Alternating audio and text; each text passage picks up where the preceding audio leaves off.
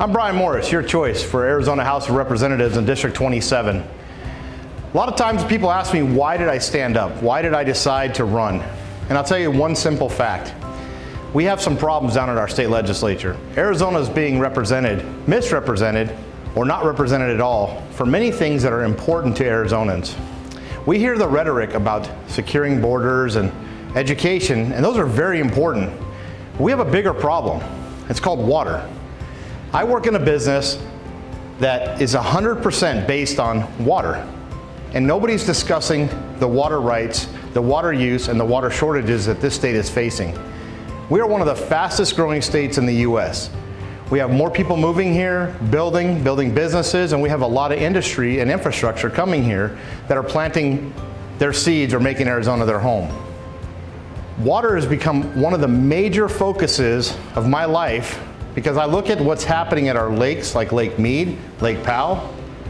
I look at what's happening with our groundwater down in southern Arizona, where we have alfalfa farmers farming alfalfa and then shipping it back to Saudi Arabia.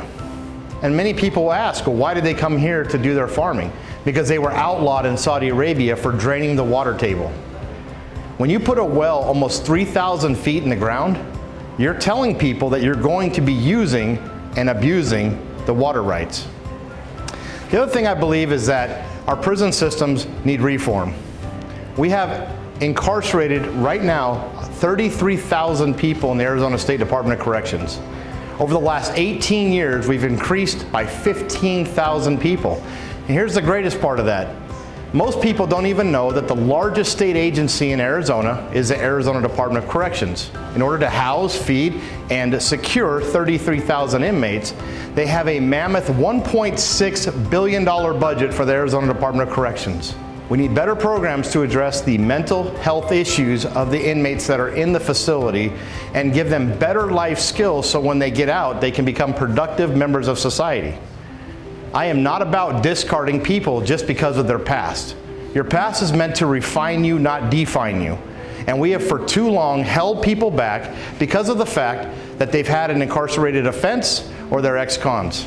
It's time we figure out how to lift these people up and show them a different choice, a different way. Everything is about chance, choice, or circumstance. And we have people who will continue to make those choices to recidivate and commit new crimes and must be locked up.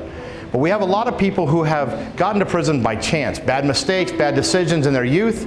They need the opportunity when they're released to change. And of course, a lot of it's circumstance. When you look at people's how they were raised, who their family background was, and who their mentors were growing up, sometimes you get the bad influences. I believe that we have a big problem with our Department of Corrections. And that goes hand in hand with education. There is a study that ties in first grade literacy rate to incarceration rate. So in the 1980s, when my parents were school teachers in the Glen Union High School District, my stepmom was president of the Phoenix Union High School Board, Arizona schools were rated in the top 2 in the nation. Fast forward 30 to 35 years, we are now in the bottom tier of schools nationwide. That is how bad we are failing our students. And there is a ton of reform that we need to put into place to not only allow the schools to have better opportunities, but to have the students have better opportunities and the parents to make better choices for their students. If we don't make that change, nothing will change. Schools need to be run more like a business.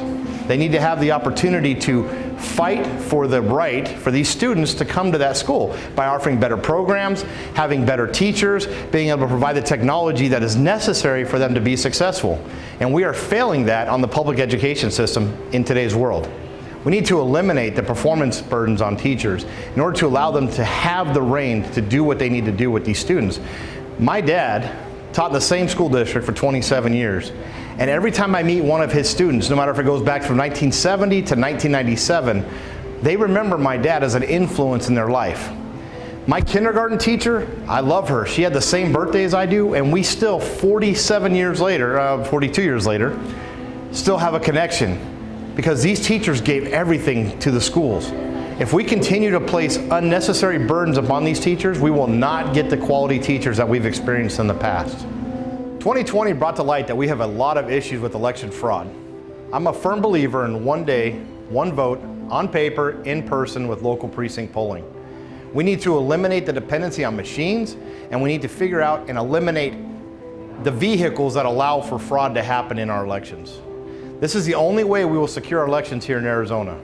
It's the only way we can make sure that we have pure, good legislation as we move forward as a state. Everything we do from this moment forward will be defined by generations to come, and I intend to be on the forefront of that leadership.